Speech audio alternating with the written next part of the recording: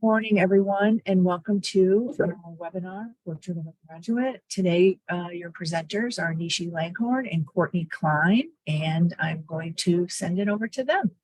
Welcome. Thank you, Lisa. Good morning, everyone. It's so good to have you here today in our session on Portrait of a Graduate, the Keys to Success in Life. So, like Lisa said, my name is Courtney Klein. I am the Secondary Literacy Specialist in the Office of Curriculum and Instruction. Good morning, everyone. My name is Nishi Langhorn, and I am the manager of the Learning Innovations team, and our team leads the work around Portrait of a Graduate and presentations of learning in Fairfax County. Welcome.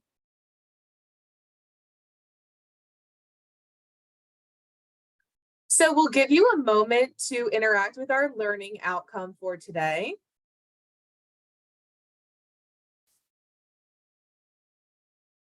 We're highlighting that this session is for families and caregivers to learn more about the what, the why, and the how of Portrait of a Graduate attributes and skills and presentations of learning, which is our measurement tool for growth in these attributes and skills.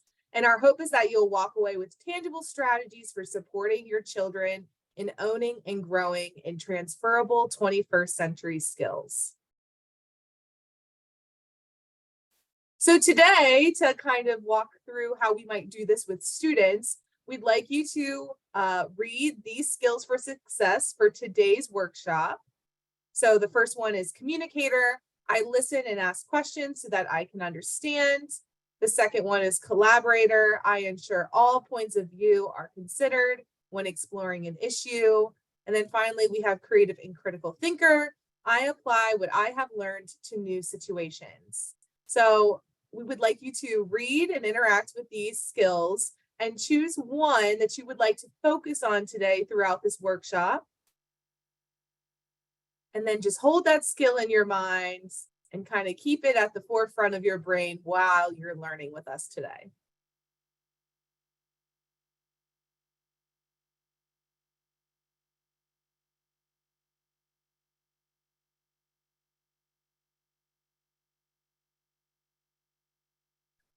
All right, so now that we all have a skill that we're focusing on, we'd like to have a little grounding question to get us thinking. So when we were in school, what did engagement look like for you as a student? So let's start with that question. What did engagement in school look like for you when you were a student? And feel free to put thoughts into the chat.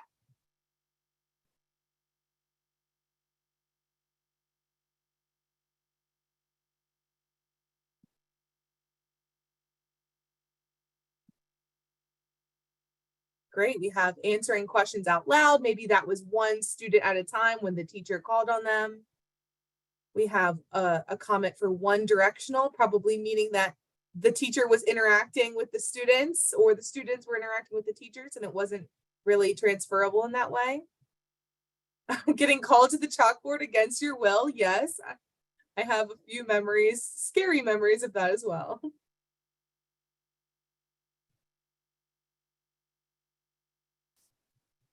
And then how do you think engagement has changed for today's students?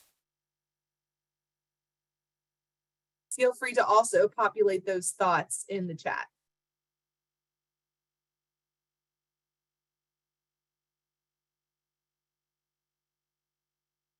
We have a comment saying that engagement is more meaningful for today's students.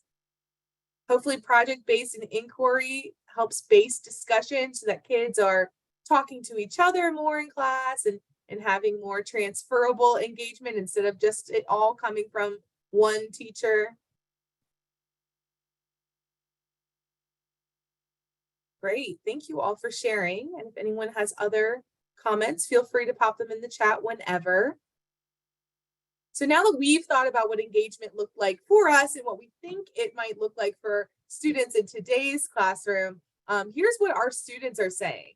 So we have collected qualitative data from different FCPS student focus groups around grading and assessment, and some major trends revealed that Students feel like when the experiences, their learning experiences in the classroom are more relevant to their lives, meaning that they're more applicable or like real world scenarios that could be potential future careers or current problems that they're working on, they're more engaged in that kind of work.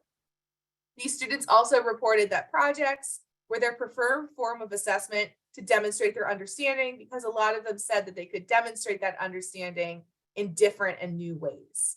And then students also preferred a greater variety of assessment types. So they didn't just want multiple choice tests all the time.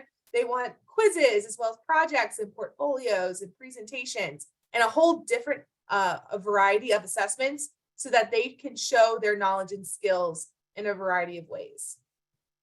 Also, students claim that they're engaged by project-based and hands-on learning experiences. So I'll hand it over to Nishi, and she will talk more about Portrait of a Graduate skills. All right, thanks, Courtney. So what are Portrait of a Graduate skills? I'm going to give you a little bit of background and context in Fairfax County, how we came to really focus on and center these skills as our outcomes for students.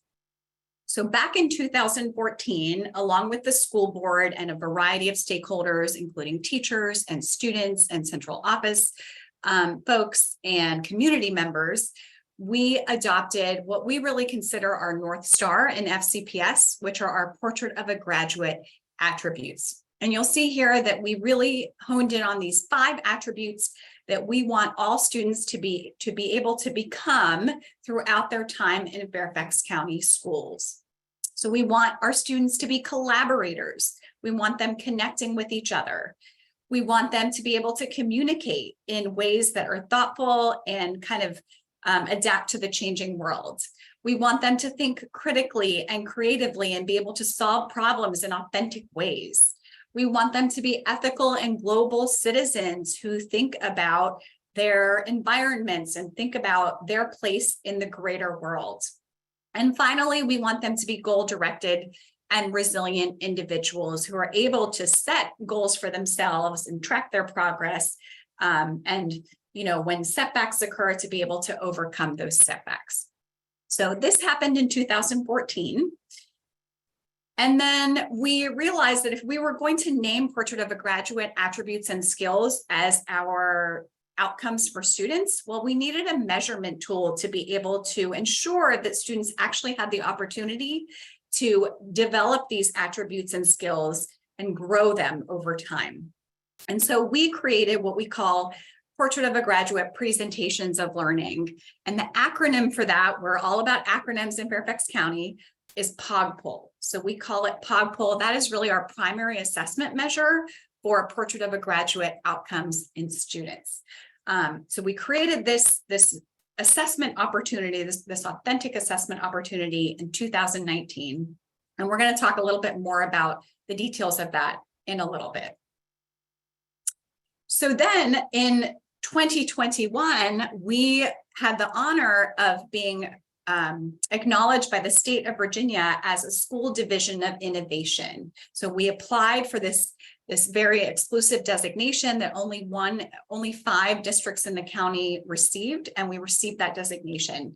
And as a result of that designation, we named one of our goals to be a commitment for all students to be able to have the opportunity to participate in a POG poll by 25-26. And we are working towards that goal.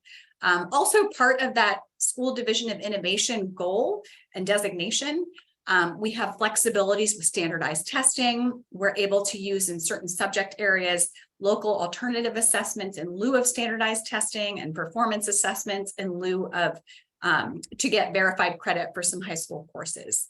So we're really positioned in Fairfax County as a thought leader in innovative assessment practices through this designation. So we're very excited about that. So we have these resources that we call POG vertical articulation documents, and we have one for each of our 5 Portrait of a Graduate attributes.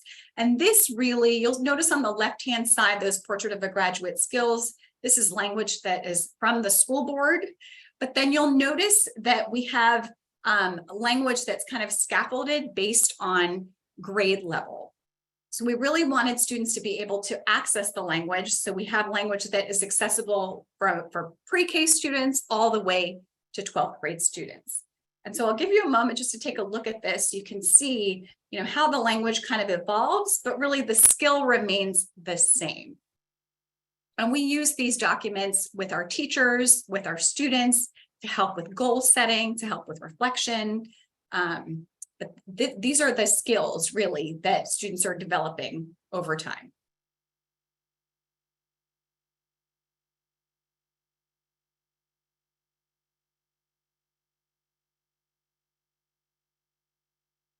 So as I said, we do have one of these vertical articulation documents for each attribute that really kind of unpacks it at different grade levels.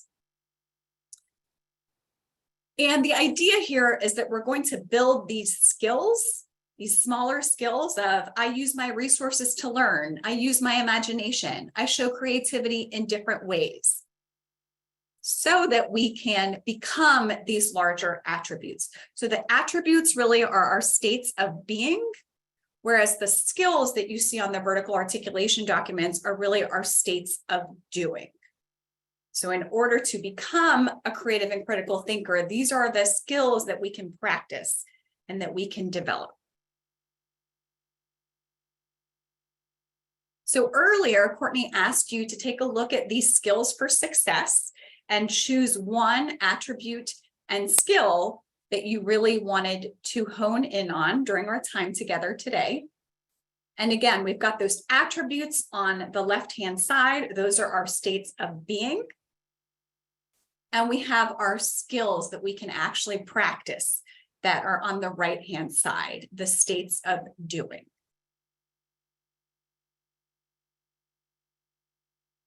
So how do we make these attributes and skills visible in our classroom? We've pulled some examples. These are from actual classrooms in Fairfax County. You'll notice on the left-hand side, one strategy that a lot of teachers use to really make these skills and attributes visible is they create what's called a looks like, sounds like chart.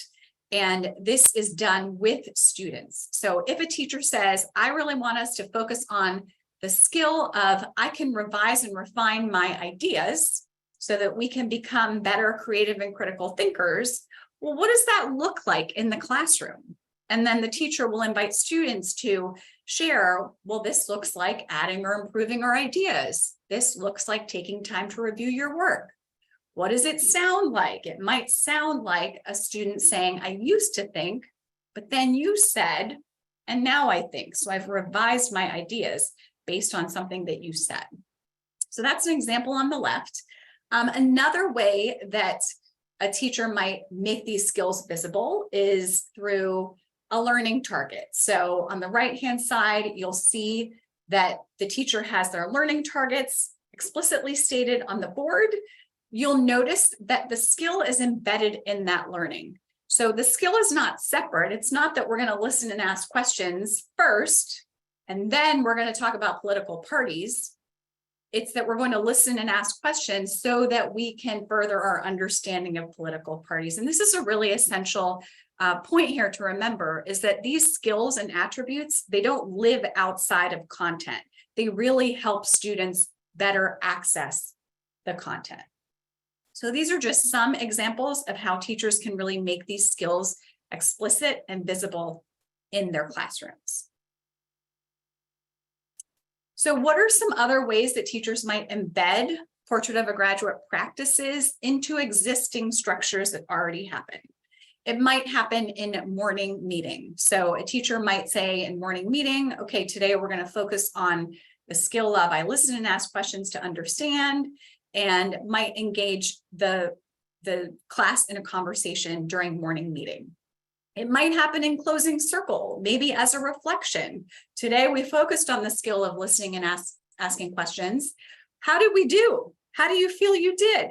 What evidence do you have to prove that maybe you did? Well, I asked a question and I listened when, Courtney talked about X, right? For secondary students, it might happen in advisory.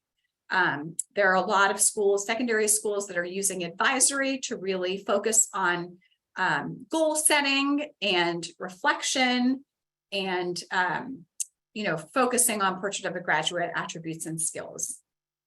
And then we have these projects that happen at different parts of the student experience in Fairfax County, where these skills and attributes might be embedded within those projects. So some examples: science fair. Science fair might be an opportunity for students to really explicitly think about these skills and how they're growing their skills. Global classroom is another example.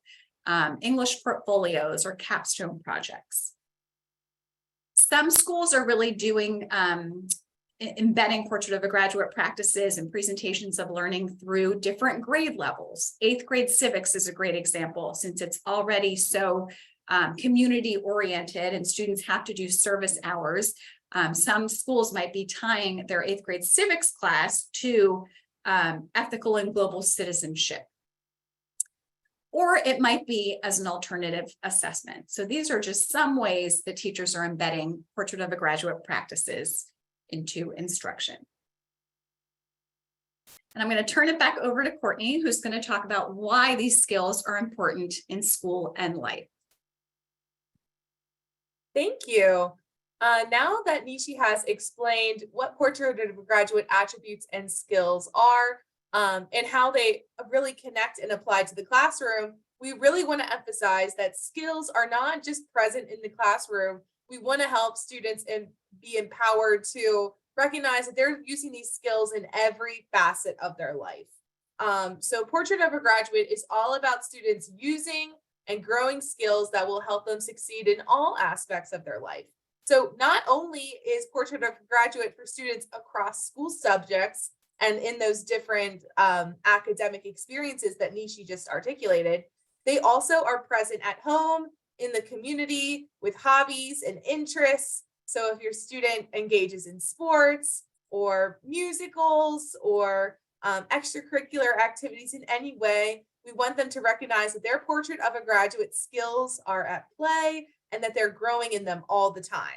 And then they want to be able to recognize that growing in these skills is important because they're going to use these skills in their future careers and help them better articulate their passions and develop their relationships with others. So really, that's one of our big whys of Portrait of a Graduate, is helping kids make those connections between school and life right now, and also the life that they will have after school. So as Nishi explained, we have these 5 attributes. And here we really articulate that the attributes connect to more than just school. So communicator is all about sharing thoughts, feelings, ideas, perspectives so that others can understand and we can understand them. Ethical and global citizen is about recognizing similarities and differences among cultures, caring for our planet, and acting responsibly. Collaborator is about working respectfully with others by honoring different viewpoints, ideas, and perspectives to achieve common goals. Creative and critical thinker is about creating unique solutions to challenges that arise and making the world a better place by asking, how can I make a difference? And then goal-directed and resilient individual is about making healthy choices when choosing friends, managing time, setting goals to accomplish important tasks. So when we read those together, you probably are making a bunch of connections to Portrait of a Graduate attributes and how even you're using these attributes every day in your life, and how we can help our students recognize when they're using these attributes and skills as well. So now that we've dug into the Portrait of a Graduate attributes, the skills, how the skills are used in the classroom, and also the connections we want to make to outside of the classroom through these skills, like Nishi said earlier, we've developed a measurement tool for Portrait of a Graduate skills called Portrait of a Graduate Presentations of Learning. So let's talk about what that is.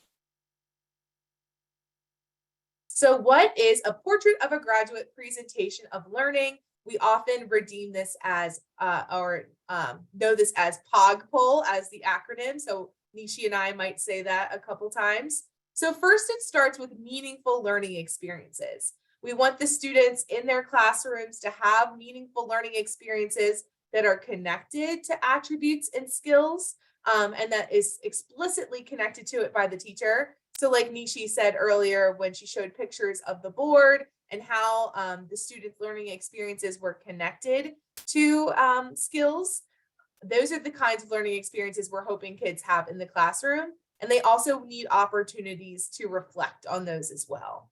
And then we're engaging in these learning experiences that's aligned with our FCPS learning model. That's all about planning, teaching, assessing, and then reflecting.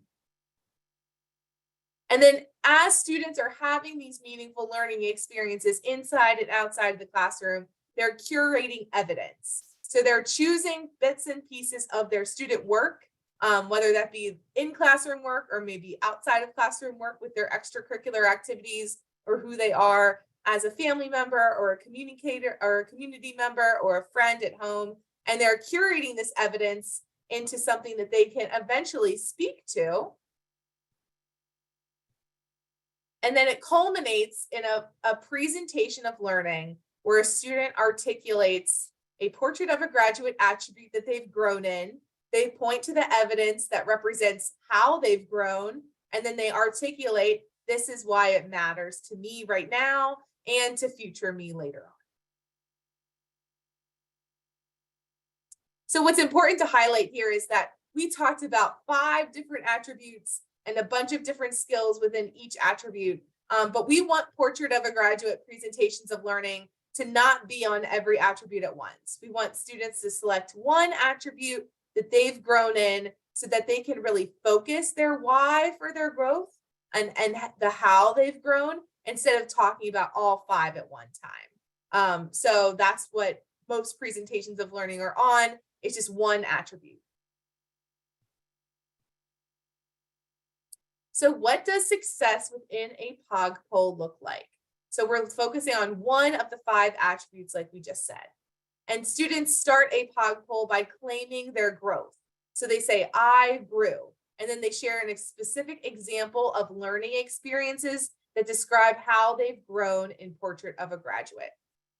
And then they have their articulation of evidence for how they can prove it. So they point to multiple pieces of evidence, one that might have been something that they've done before, and then one that they've done currently that represents their growth. So for example, we've seen in POG polls how students say, when I collaborate, when I work with other group members on projects, before it might have looked like it was difficult for me to work with a group because I did all the work, or it was hard to share a workload. But now I've set up some communication and collaboration practices, and we've had a more shared workload on this project. So they can point to the before and the after. And then we want students to reflect on POG and share why it matters, why personally it matters to them as a student, as other values that they have, and how it can impact their future. I'm just reading the question in the chat now. Oh yes, and then a Portrait of a Graduate presentation, it's all about a focus on individual growth. We're not looking for a specific benchmark for each kid to hit. We just want every unique individual student to share how they've grown, and we want to celebrate their strengths.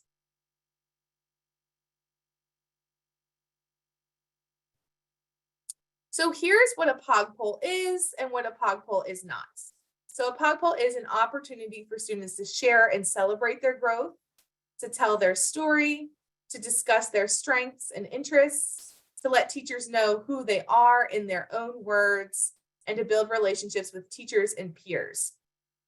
A POG poll is not necessarily a teacher-graded experience that will negatively impact them or a replacement for other assessments. It's really an opportunity for students to be able to share their growth at the end of the year and not really measure their content knowledge in one specific content area or be a replacement for like a quiz grade, for example. It's about a celebration of growth and learning, and not necessarily a traditional form of assessment like we've experienced before, or like our students might experience after a unit or after they read a chapter or something like that. It's an opportunity for students to reflect on what they do in and out of school in order to celebrate their progress, consider their future impacts, and plan for next steps for growth. So now that we've talked a little bit about POG POL and we've explained what it is and what it is not, let's view a POG POL in action by watching a video.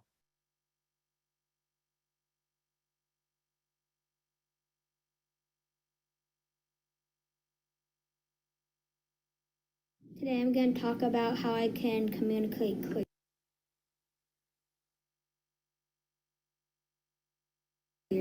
Okay, so can you introduce yourself? What's your name? Eric, And what grade are you in? 5th. Eric, I'm really excited to talk to you today about your skills. So how have you grown in that skill this year?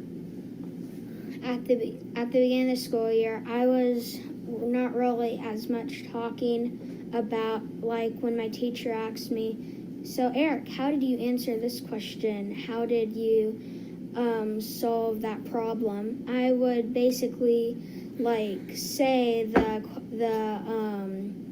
problem and then tell how you can do it, but I never got like that deeper meaning into it. And I think now I've grown more into like getting into the deeper meaning of how to share ideas and stuff like that. So you're communicating better because you're talking about stuff at a deeper level. Is that right? Yes. Do you have any evidence that would show what you're talking about, or show maybe where you used to be and where you are now? Yeah, so at the beginning of the school year, this was from science, the ocean motion check-in. And so this is a short question. Your family spends the morning building a beautiful sandcastle. You go inside for lunch, and then when you return to the beach later that day, your sandcastle is gone. Your little brother is upset. How can you help him understand what happened? So all I put was a wave was caused and destroyed the sandcastle. I don't really think I got like into a deeper meaning of that. I think I just basically plain out said that. Okay. So what does the other evidence show, and show how you've gotten better at this?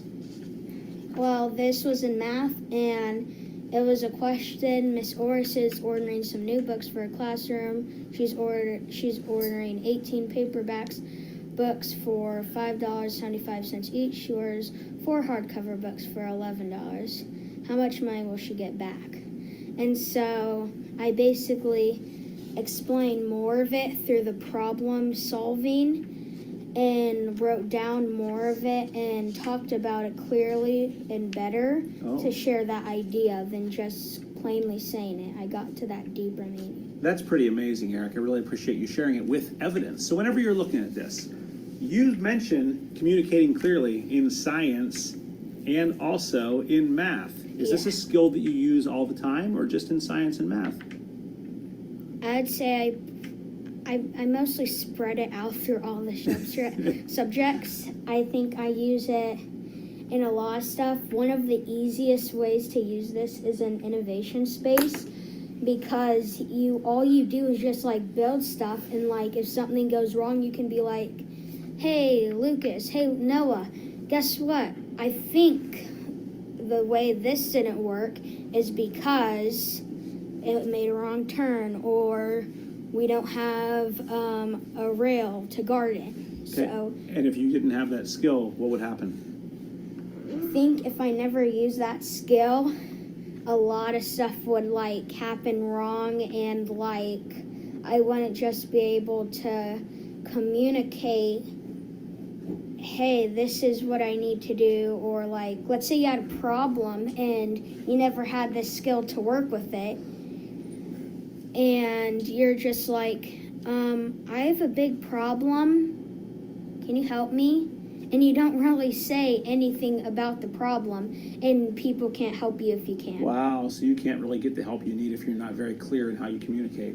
Why do you think this skill is going to be important to you whenever you're a young adult, whenever you're 20 and 30 and 40? Why do you think this skill is going to be important to you? I think mostly because, like, let's say you grow up and be a construction worker. You can't just be like, So this is how we do the cement, and guys, lay it there. You have to be like, on this blueprint, it tells us to connect the cement here and then put the building blocks down. Look at this blueprint, everyone, and then go do it. You can't just, because then a lot of mistakes would happen. Oh. You can't just not communicate. So if we don't have good communication, a lot of mistakes happen. Yes. That's amazing. Eric, what'd you think about having this conversation? How'd this feel to be talking for 6 minutes just about you and your skills? How'd it feel? I don't know, it's hard to talk for a very long time about a certain topic. So I was just like, what do I do? What do I do? I was just thinking that the entire time in my mind. But other than that, I think it was really great to talk about these skills for the POG. These POG skills, for it helps students to learn better about how they can become a great scholar. Wow. You said it all, Eric. Thank you. You're welcome.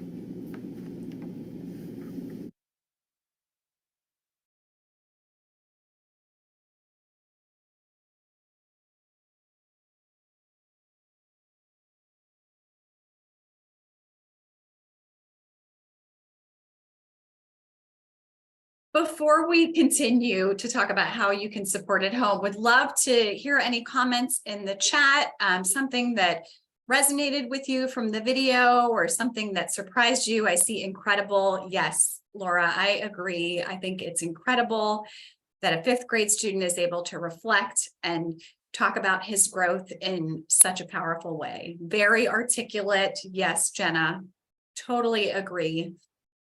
And I think one of the things, like when I first saw a presentation of learning, I was surprised by how informal it was. I think when we hear the word presentation of learning, we think of a really formal presentation in front of a large group of people. This was really a conversation of learning. And yes, his ability to think about others. Jenna, totally agree. Great process to build confidence. And that's one of the beautiful parts of engaging in this work is like all of the side beautiful consequences that come from it, the confidence, the agency in learning, the empowerment.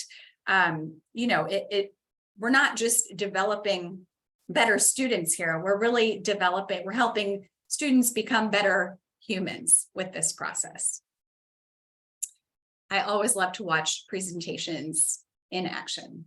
And we're really helping students, we say own their learning, but they are truly owning their learning through this experience. And it's not just they're doing the learning because it just happens to them. It helps students stop and really think about, why am I learning this? And how is it actually going to help me in life? And I think oftentimes school just becomes such a fast-paced moving thing for our students that it just turns into doing the work to either get a report card or grades or any of that. So taking the moment to stop and reflect on how this learning is going to help you is one of the more powerful outcomes of presentations of learning for me.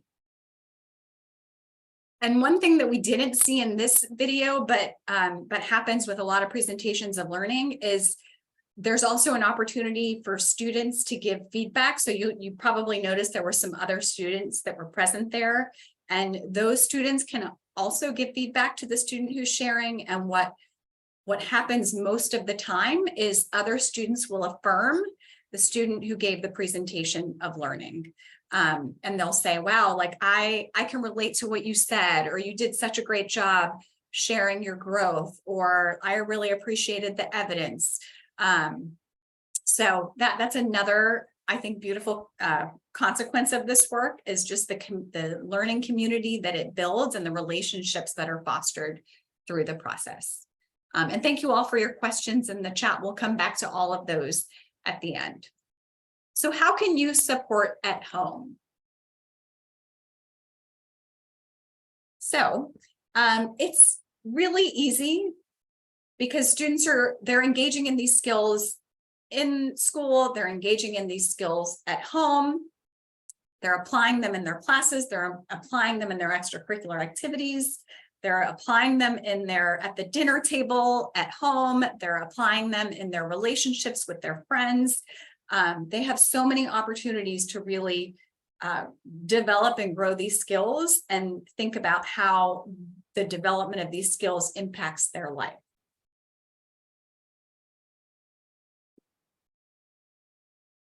So some things that you can do to help, you can ask questions that will encourage them to talk more deeply about their day, which will give them, the opportunity to give more specific answers. So you might ask specifically, what skills did you develop today in class? Or, what attribute did you focus on? Or how did you collaborate with others? Or, what barriers might you have experienced in your communication today? And you might target your questions really around those Portrait of a Graduate attributes.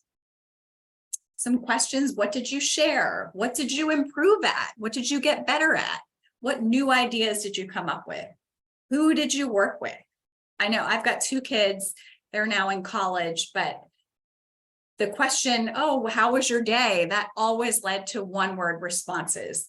But if we can get more specific with those questions and really encourage them to reflect on their growth in these skills, we're going to get more specific answers. And really helping your kids make connections between home and school. And that's a big part of this work, is that these skills don't live in isolation. We don't practice our communicator skills in English class, and then we never come back to those in our life, on the soccer field or at the dinner table. So really helping your students make those connections between what they're doing in school and how that can impact what they're doing outside of school, and how both can kind of work together to enhance each other. How are they growing these skills in their extracurricular activities, in their hobbies, in their interests, in their relationships with their family and friends? So let's generate some questions. And we've got a Padlet that we'll put in the chat. So think about your child, your student. Who are they as a student, as a family member, as a friend, as a community member, as a musician, as an artist, as an athlete? What questions might you ask them to connect who they are as individuals and their growth in Portrait of a Graduate attributes and skills? And because we have a small group, I think we're not going to do breakout groups. We're just going to stay together in the main room. And Courtney just put the link to the Padlet in the chat. So if you want to open that link, and we'll give you just a few minutes to add your thinking to the Padlet. So what questions might you ask your child to support their connections between home and school?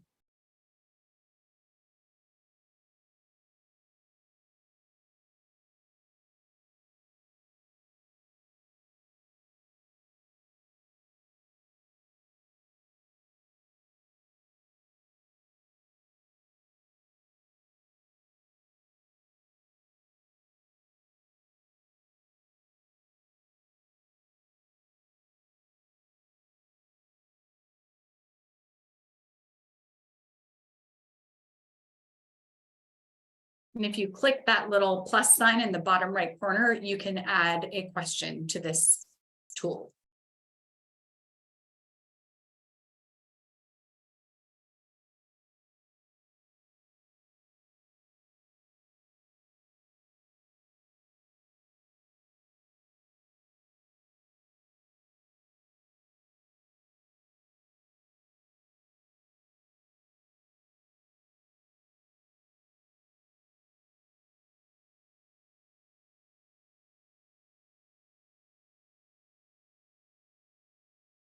Seeing some great questions here. When do you get to use your creative skills as an artist in your class? I love that question because it really honors your child as an artist, right? And that's what, as content specialists, we want our students to see themselves as mathematicians, as scientists, as writers, as artists. I love that question. Did you discuss your concerns about this assignment with your teacher? Yes, really supporting that resiliency. How did you communicate well today? how certain success in classes will help him with his future goals of being a car mechanic. I love that question because it's so specific to your child. Are you working on any projects right now as part of a team? Yes, to really get them thinking about their collaborator skill. Constantly, I see in the chat, constantly try to share sports news of his interests, plus actively participate in his games and practices outside and ask him how he or team did and how to improve. Yes. Yeah. And a lot of that is just being present, right? As a parent and knowing your child. 16-year-old son who doesn't like school but loves his auto tech class and is gaining confidence through this. Yes. And maybe getting him to think about like, what are those skills that he identifies with in his auto tech class, and how might he use some of those skills in some of the classes he doesn't like as much to really support his learning. I love that. Can he identify a teacher or teachers who support him when he needs help? Yes, again, to that resiliency attribute. These are really awesome questions.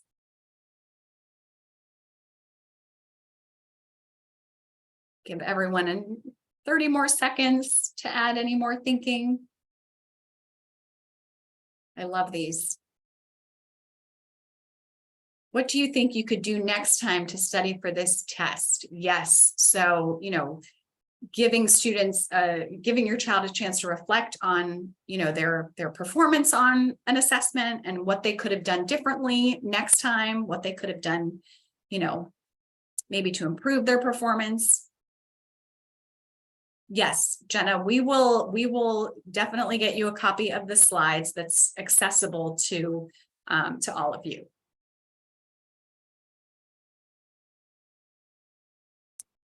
Excellent. Well, thank you all. You really generated some great questions. And now you have this link to this Padlet. So you've got not only your own thinking, but the thinking of the group as well. So we encourage you to practice when your child comes home from school today with one of these questions and see how it goes.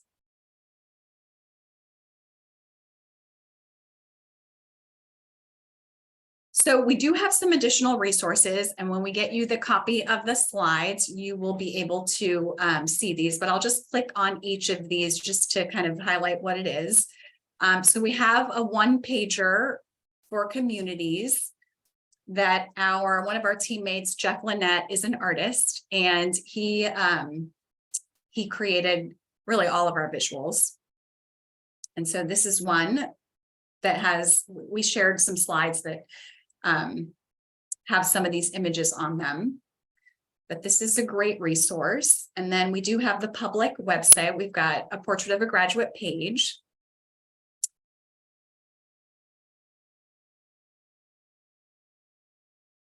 You'll see some resources there. Just scroll down so you can take a look at it. And you'll see some videos as well that you can take a look at.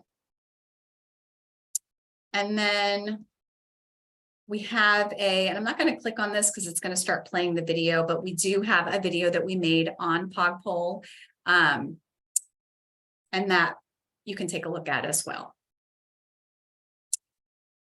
All right. So I think that is, well, this is really a very important part of our session today. So at the beginning of our time together, Courtney introduced these skills for success that we asked you to focus on during our time together today. So we always come back to these skills for success. We really want to model the practices that we want teachers to use with students. And if we want to make reflection a part of our classroom day, we have to build in time for reflection. So we invite you to think back to the beginning of our time together and the one attribute and skill that you chose that you wanted to focus on. And take a moment just to reflect on how you use that skill, when you use that skill, how did it support you in your learning? And feel free to put it in the chat if you want to share your reflection. So which skill did you choose? How did you use it? How did it help you in your learning today?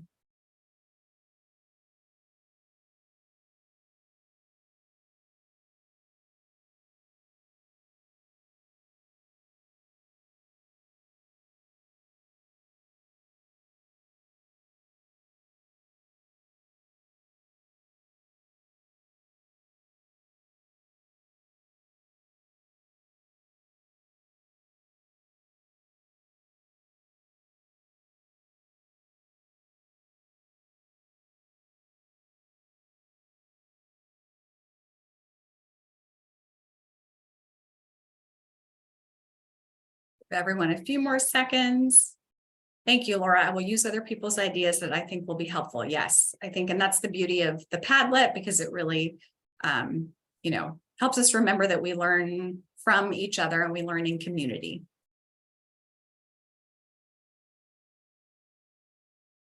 I have more terminology to use at home with my student. Yes, a lot of this is about shared vocabulary, the importance of having that common language that we can use.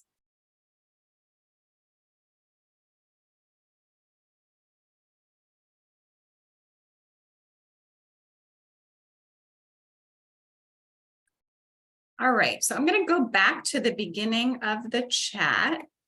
Thank you, Jenna, for your reflection. I understand better the approach. Sharing, listening, and asking. Yes. Okay, I'm going to go back to the first question, which was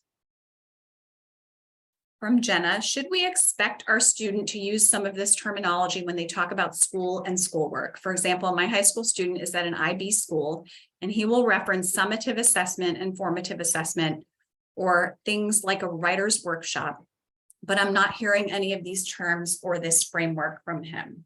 That's a great question, Jenna. And I'll share with you a little bit of additional context specifically about IB schools.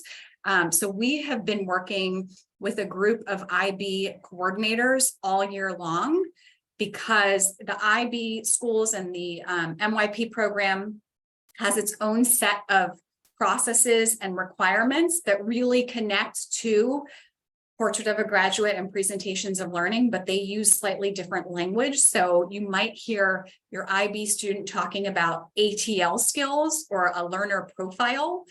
And what we've been doing with this group of coordinators all year is basically saying, like, it's not necessary. Like if you're at an IB school and you're already focusing on these ATL, approaches to learning skills, or learner profile, that's okay. You can keep focusing on those skills. It's more about the process.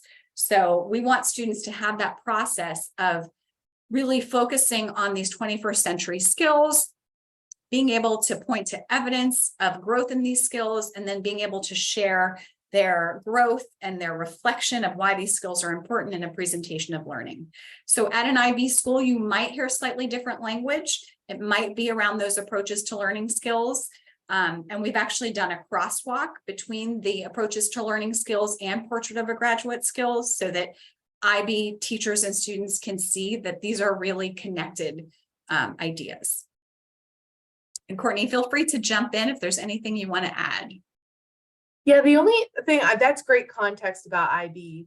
The only thing I would add for that might apply to IB in all other schools is that one of our goals through implementing Portrait of a Graduate, Presentations of Learning, and Portrait of a Graduate is, in general, is moving from teacher known to student owned. And what that means is that all teachers know about Portrait of a Graduate, they know about the skills.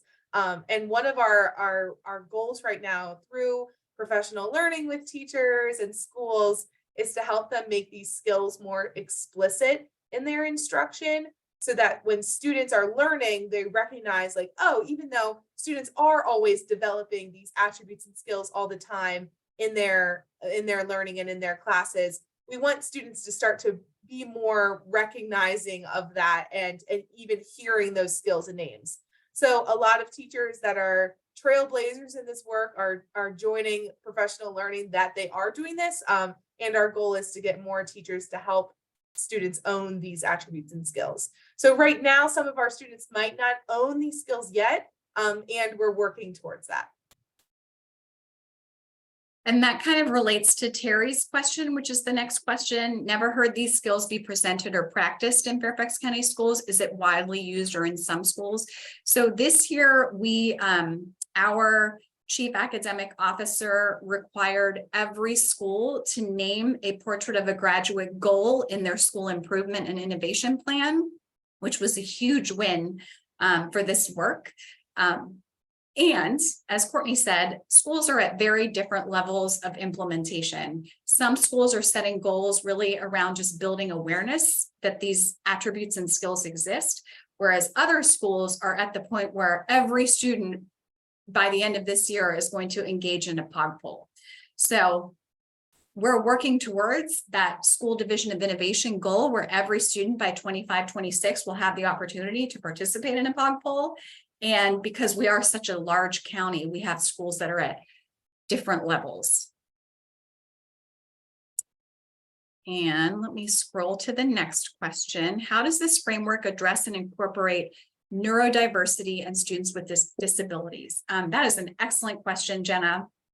And we actually are working with our special education department, and we have brought in some leaders, some classroom leaders in this work who are special ed teachers, and they are creating resources to support and to show special ed teachers that this is not just for general education students, this is for all students. Actually, last week I got to watch a presentation of learning from a special ed Cat B student that was incredible and really powerful. And what a lot of our kind of trailblazers in helping us see that this work is for all students, they are connecting the POG poll process to the IEP process, and they're connecting the goal setting in the IEPs to the goal setting that happens with Portrait of a Graduate skills and attributes. So this absolutely, this work applies to all students and definitely students with disabilities. Just to build on that as well, Nishi, we also have a toolkit of resources to make this accessible to all students, including our English learner students as well. And we're using those tools to support this instruction in the classroom, those meaningful learning experiences, and then we'll provide scaffolds and support as students are doing their presentations of learning. But yes, like Nishi said, we believe that all students are able to do this with the right accommodations and scaffolds and support in place. So I see the next question from Jenna. When POG first came out, it seemed to be very tied to the strategic plan. Coming into this session, I wanted to learn if POG was here to stay with the new strategic plan. Sounds like it is. It is going to still be foundational going forward. How does it align with the new strategic plan? Excellent question. Courtney and I have actually been part of the strategic plan committees, that are offering feedback on the strategic plan, and we're really excited and happy to see that it lives actually in two different goals in the strategic plan, in our academic excellence goal and also in our future focused goal on thriving today and tomorrow. So it's definitely there. POG poll is even named as a measurement in the strategic plan. Portrait of a Graduate is throughout the strategic plan. So it's definitely there, and it's still going to be foundational going forward. Scrolling to see, Lisa asked, at what grade should students be able to articulate the skills? Great question, Lisa. Really, ideally, starting in preschool. You'll notice those vertical articulation documents, they start with pre-K. The language starts with language that's accessible for pre-K, and it goes all the way to 12th grade. And we are working with our early childhood team and central office as well to really highlight stories of teachers who are doing this well with their preschool and kindergarten students, so that other teachers can also see that this work is not just for older students, it's for all students. And it goes back to what Courtney said before. It's really about providing the scaffolds and supports. Maybe a preschooler might need a little bit more prompting in their presentation of learning, or a little bit more structure in their evidence curation. But ideally, this is for all students.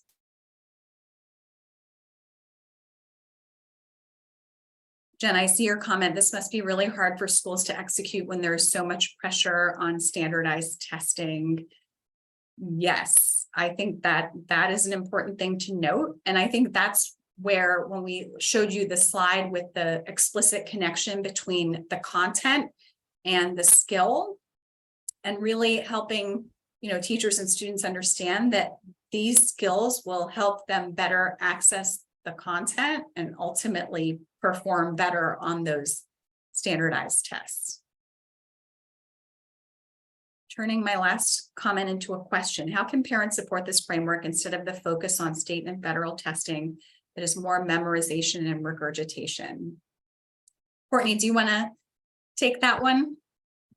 I mean, that's a great question. And we are with you there. I would just say that the work that you're doing with your student at home and developing partnerships with your teachers and really understanding how they are assessing helps. And then like Nishi said too, with our school division of innovation designation, this work has really helped us limit that state testing, and in certain content areas, we're seeing alternative assessments instead of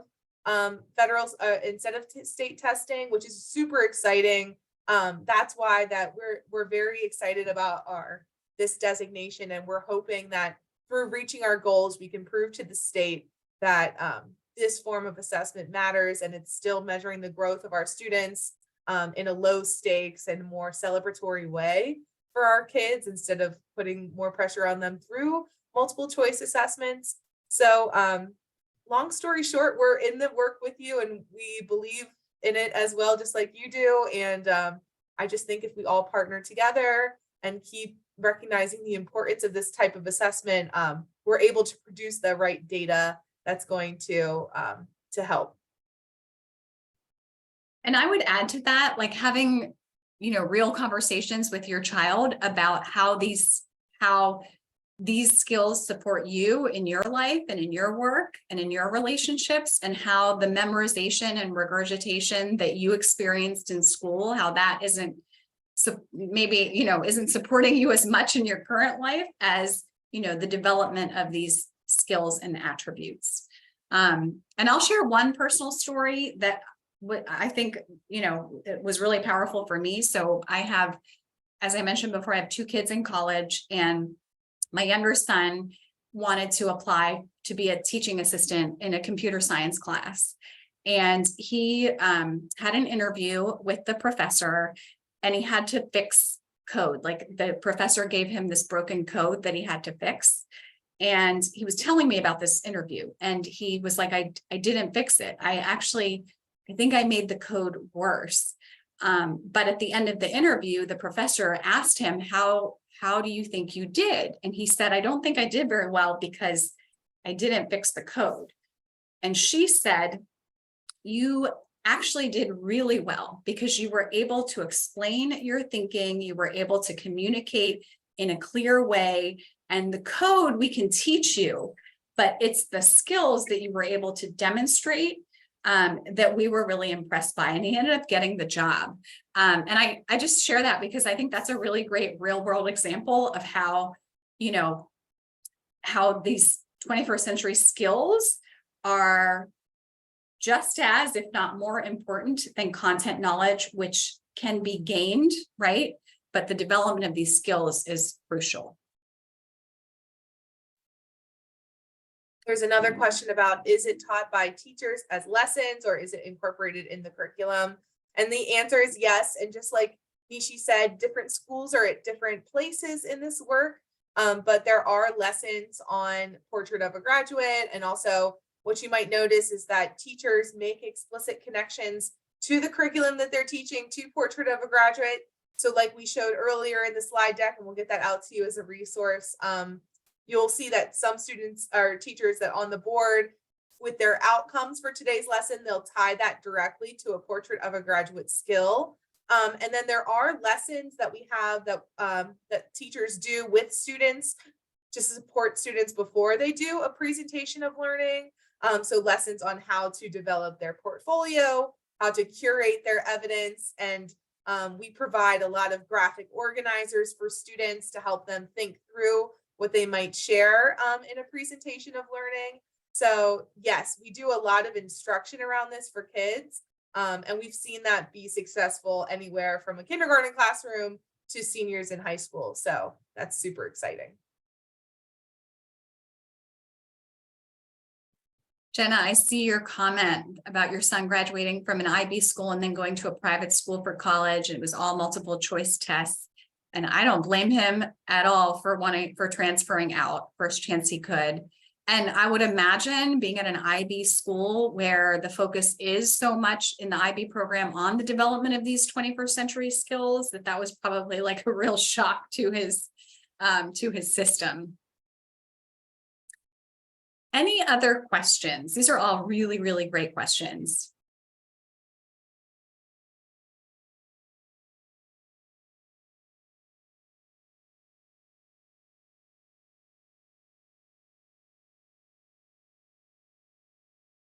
Well, thank you all. I learned a lot from all of you.